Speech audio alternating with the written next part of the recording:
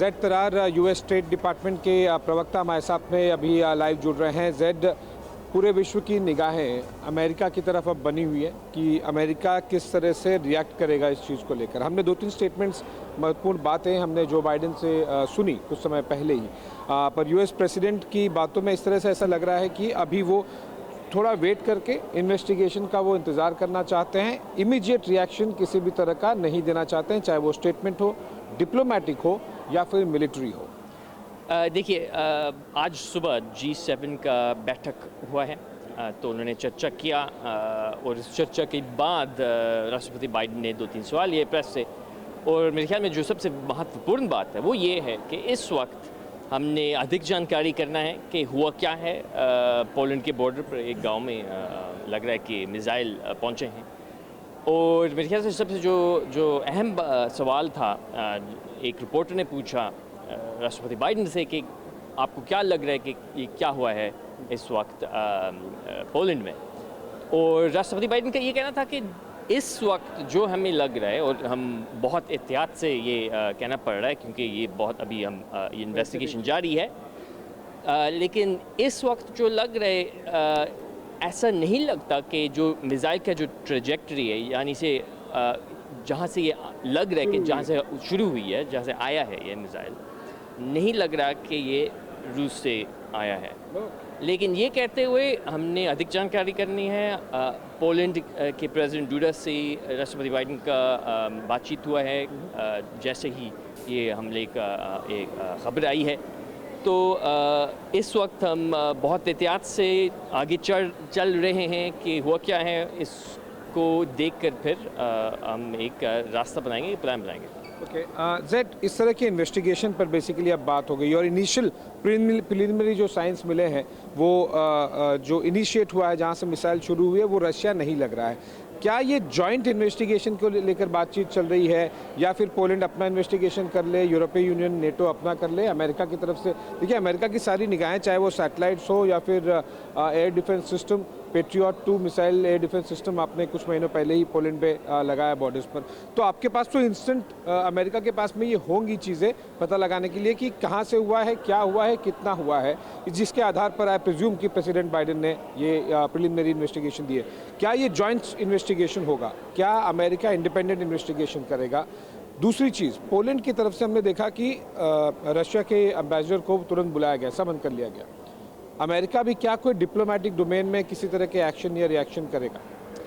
इस वक्त जो मैं कह सकता हूँ, क्योंकि अभी ये सिर्फ चंद घंटे हुए हैं, अभी मेरे ख्याल में आधा घंटा हुआ है ये G7 बैठक को। इस वक्त जो हम कह सकते हैं कि पोलैंड तो खैर उन्होंने फ़ौरन ही कह दिया था कि वो एक इन्वेस्टिगेशन हो रही है, जारी है। और जहाँ तक कि क्या जॉइंट होगा नहीं होगा, ये अभी हमने चर्चा करना है पोलैंड के साथ, नेटो के साथ भी हमने चर्चा करना है कि उनके साथ भी हम मिलकर एक प्लान बनाएंगे। लेकिन जो अगर हम इसको थोड़ा फासला से देखें तो जो असल सवाल है वो ये है कि हमने जल्दी से या रिएक्ट नहीं करना, ऐसे नी जर्क जैसे रिएक्शन जो कहते हैं, जो फ़ौरन कोई असरअंदाज हो इसका, वो नहीं करना। हमने सोच समझ कर आगे कदम उठाने हैं। हमने ये देखकर कि हुआ क्या है, पहली बात तो ये है। लेकिन ये कहते हुए अगर हम यूक्रेन को देखें, चलें, पोलैंड के जो गांव हैं वो अपनी जगह हैं, लेकिन अगर हम यूक्रेन को देखें तो लग ऐसा रहा है कि ये सबसे ख़तरनाक, सबसे जालिम मिसाइल का हमला हुआ है पिछले 24 घंटों में। पुतिन ने एक बार फिर आम नागरिकों को निशाना बनाया, उन्होंने घरों पे को निशाना बनाया, पावर स्टेशंस को जैसे वो कर रहा है वो भी है हुआ है। तो अगर इसको यूक्रेन को ज़रा हम देख लें तो मेरे ख्याल में इससे वो बात बनती है कि हमने पुतिन को ये कहना है कि ये गलत है, ये बिल्कुल नाजायज़ है।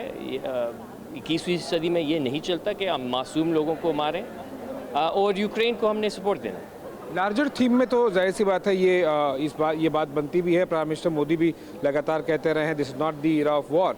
पर आज के एपिसोड में देखें तो अगर आप भी, अमेरिका भी यही कह रहा है कि लगता नहीं है कि रशिया ने किया है।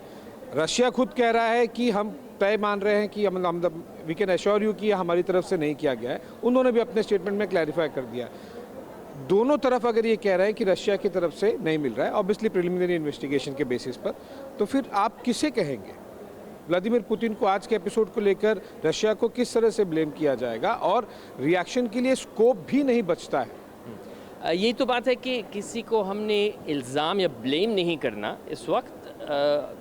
हमने ये करना है कि हुआ क्या है, हमने इन्वेस्टिगेशन करना है, हमने बहुत करीब से देखना है, उसको देखकर फिर हम आगे बता सकते हैं आशीष, कि एक सवाल मेरी उस तरफ हिसाब से भी से आप कि ले वो क्या लें है, जेड तो तरार हम से आगे, कि बता जो सकते एक हैं। रेड लाइन ये बनाई अपनी गई थी तरफ है। नेटो की तरफ से कि अगर लेकिन उनकी जो जमीन युद्ध हम पर देख रहे हैं जरा भी यूक्रेन, एग्रेशन हुआ, उसका हमला कोई हुआ, शक नहीं है। तो उसको वो युद्ध उसका मानेंगे, कोई अटैक मेरे ख्याल मानेंगे? में इस पर क्या debate कहना है नहीं इनका, इस क्या वक्त। स्टैंड?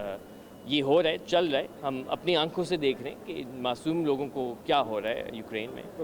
और बिजली का भी मसला है अब। तो बजाय कि हम सिर्फ इस बात पे अटकें कि अभी जानकारी तो होने वाली है, अगर हम यूक्रेन को देख लें तो मेरे ख्याल में सबसे जो महत्वपूर्ण बात है वो यही है कि हमने पुतिन को कहना कि ये गलत है। Z, couple of last questions. देखिए, लगातार स्टेटमेंट्स रहे हैं नेटो की तरफ से, अमेरिका की तरफ से, कि रेड लाइन है नेटो की सीमा, उसके बॉर्डर पर कुछ नहीं होना चाहिए, वरना आर्टिकल 5 नेटो का इन्वोक किया जाएगा, जिसमें सभी को आना पड़ेगा।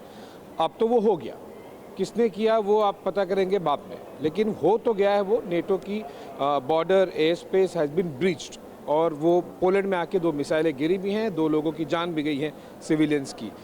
इसको लेकर क्या अब इसे आप युद्ध वाला स्टेज माने, या फिर आप क्या नेटो की तरफ से इनिशिएशन बिल्कुल भी नहीं किया जाएगा, एटलीस्ट ऑफेंसिव डिफेंस? क्योंकि ये जो रेड लाइन आपने बनाई थी, तय की थी, वो तो ब्रीच हो गई है। मेरा नहीं ख्याल कि हम कह सकते हैं कि ये जो पहली बात तो ये कि रेड लाइन नहीं है। ये असल में नेटो का मकसद है कि अगर आपने एक देश पर हमला किया, उसका मतलब है आपने पूरी नेटो पे हमला किया। तो ये रेड लाइन नहीं है, ये नेटो का मकसद है। तो ये कहते हुए जो हम इस वक्त पोलैंड में देख रहे हैं, मेरा नहीं ख्याल कि हम कह सकते हैं कि जो नेटो आर्टिकल 5 जो है कलेक्टिव डिफेंस है, यानी कि अगर आपने एक पे हमला किया, सब पे किया। हमें नहीं मालूम कि ये क्या वाकई हुआ है, ये हकीकत में हुआ है या क्या हुआ है, तो उसको देख कर फिर हम आगे बता सकते हैं कि क्या होगा आगे आने वाले दिनों में, कौन कौन से कदम हम उठाएंगे। जेड, ये हालांकि ये मानना मुश्किल है कि इंस्टेंटली पता नहीं लगा है अमेरिकन इंटेलिजेंस को या फिर मिलिट्रीज को, पर यस, क्योंकि ये बहुत सेंसिटिव और बड़ा मुद्दा है, तो डिटेल में जाकर जब तक कंक्लूजन नहीं निकल जाए।